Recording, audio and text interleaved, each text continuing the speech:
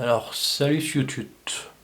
Alors, je vais essayer d'être le plus concis possible. De cette manière, je vais pouvoir sous-titrer la vidéo en anglais.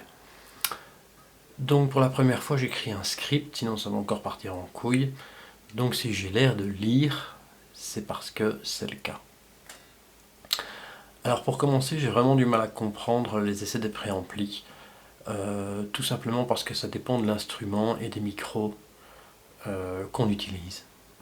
Quand c'est un comparatif, ça a peut-être plus de sens. Donc le but ici est de présenter le John East Uniprey 5 ou Uniprey 5, comme c'est mis dans le titre, et surtout ses fonctionnalités. Si vous voulez un essai sonore beaucoup plus convaincant que le mien, à la fin de la vidéo, dans la miniature, les deux miniatures de fin de vidéo, je mettrai une vidéo YouTube vers un autre YouTuber qui a fait ça super bien, avec des Bartolini et un John East préamp, un Uniprey 5 aussi, je pense. Alors tout d'abord, pourquoi j'ai choisi le Uniprey 5 ? Parce que je voulais vraiment simplement essayer le fameux John East, en fait, qui a quand même une bonne réputation. Spoiler, j'ai pas été déçu du tout. À savoir que le Uniprey est disponible en 3, 4 ou 5 potards, c'est toujours le même préampli, mais simplement, comme il est modulaire, on peut simplement enlever ou ajouter des fonctions. Le Uniprey 5 se présente comme ça. Donc volume, blend, tandem basse aigu au-dessus, bright si on tire, on pousse normal, tandem le sweep médium, donc fréquence médium, et le boost cut médium. Et pour moi, une des fonctionnalités les plus importantes, le tone qui fonctionne en actif et en passif et qui a vraiment un circuit séparé et dédié dans l'égalisation. Donc je relis les spécifications, là je vais devoir lire un peu. En flat, il est censé être neutre. Le pré-shape, c'est un boost basse aigu, un scoop comme on appelle ça, avec un boost de 4 décibels à 40 Hz et à 10 kHz. Il y a deux potentiomètres de réglage de gain de chaque micro, de 0 à 12 décibels. Ce qui est très pratique quand on veut travailler avec deux micros de marques différentes ou deux micros avec des caractéristiques différentes. Le contrôle des basses est un boost cut de 18 décibels. Donc on cut ou on boost de 18 décibels, donc c'est beaucoup. Avec une fenêtre ajustable qui a un filtre passe-bas qui est réglable entre 20 et 80 Hz et un filtre passe-haut est réglable entre 40 et 200 Hz. Le réglage médium, lui, c'est évidemment un boost cut aussi, mais de 14 décibels, donc c'est un peu plus restreint. Avec une plage pour le sweep, parce qu'aussi il n'est pas réglable dans le préampli, vu qu'on a un bouton de réglage directement pour le médium, c'est ce qu'on appelle le sweep, qui lui est de 100 Hz à 2,5 kHz, 2500 Hz. Et les aigus, c'est du boost cut encore de 18 décibels, c'est beaucoup, de 1 kHz à 7,5 kHz. Avec une fonction bright, donc que j'ai montré tantôt quand on tire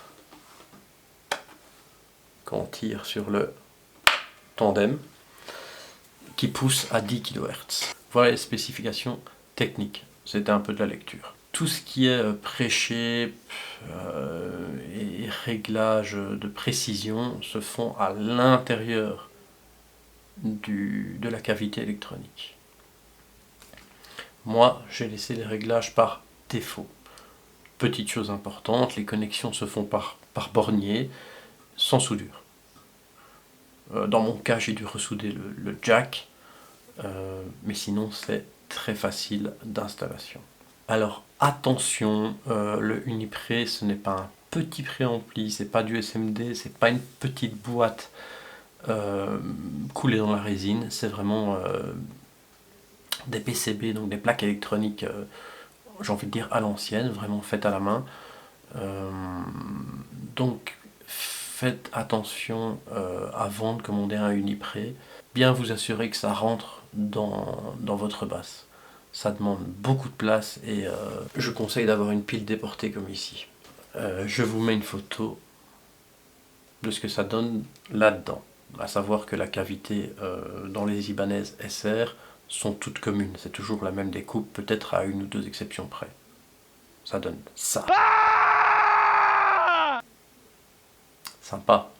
Je pense que trouver le réglage idéal dans tous les settings différents, ça prend énormément de temps. Il faut très bien connaître sa basse.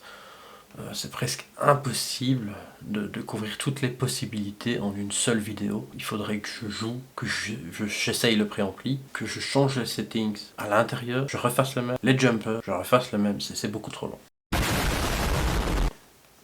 Donc ici je vais me contenter des réglages par défaut, qui sont vraiment bien, et de faire une démo avec tout simplement en tournant les potards et en vous présentant l'effet de l'égalisation du tone sur le son. Donc attention, je ne suis pas un super bon joueur à la base, mais en plus ici je vais me contenter de faire un jeu très simple qui va au moins avoir le mérite de couvrir le si et de passer par à peu près toutes les cordes jusqu'au sol, à peu près jusqu'ici. Je ne vais pas commencer à couvrir tout le manche, sinon ça va être vraiment trop long.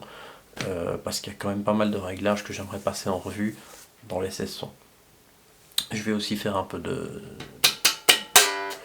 slap vite fait. C'est pour ça aussi que je n'aime pas trop les essais de préampli, parce que dans l'idéal il faudrait l'avoir en main, parce que vous pouvez pas tourner les boutons à ma place. Voilà. Mais j'espère que ça vous donnera quand même une idée de ce que le John East peut faire. Pour info, je joue avec des Bartolini 59 CBJD LS3. Donc c'est des classic bass en format jazz, c'est des dual coils et ce sont les Bright si je ne dis pas de bêtises. Voilà, maintenant je vous laisse avec le son.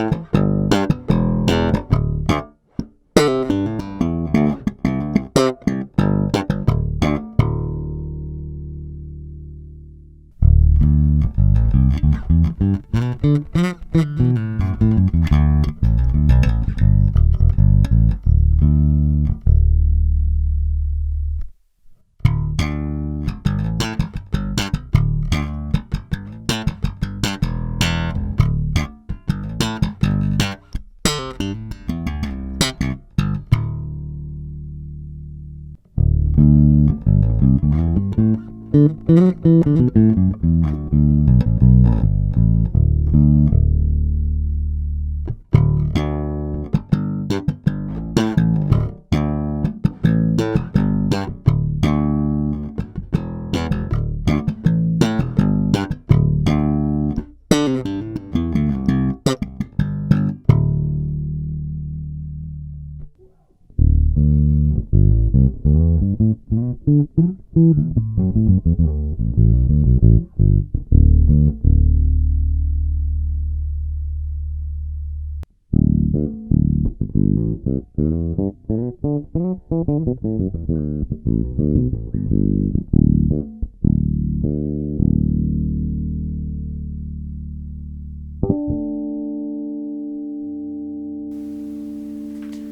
voilà, merci d'avoir regardé la vidéo. J'espère que ça vous éclairera sur ce préampli si vous aviez des questions, des doutes. J'en ai vraiment essayé beaucoup de différents. Et en plus des possibilités infinies, j'adore le son du John East. Vraiment. Je trouve qu'il booste un petit peu le si. Personnellement, j'hésite pas à dire que c'est le meilleur ampli que j'ai jamais essayé. Je l'ai payé de près de 400 €, donc non, je ne suis pas sponsorisé par John East pour dire ça. Donc voilà. Surtout que le Brexit, moi je suis en Belgique pour rappel, j'ai dû payer la TVA en entrant, plus les taxes, enfin c'est un vrai bordel, mais ça les vaut, c'est pas une question de prix. Je dis juste que voilà, c'est pas sponsorisé, c'est un préampli malheureusement qui est à essayer. Je dis malheureusement parce que on peut pas toujours essayer un préampli, mais il y a peu de chances de se tromper, honnêtement. Voilà, merci d'avoir regardé, salut.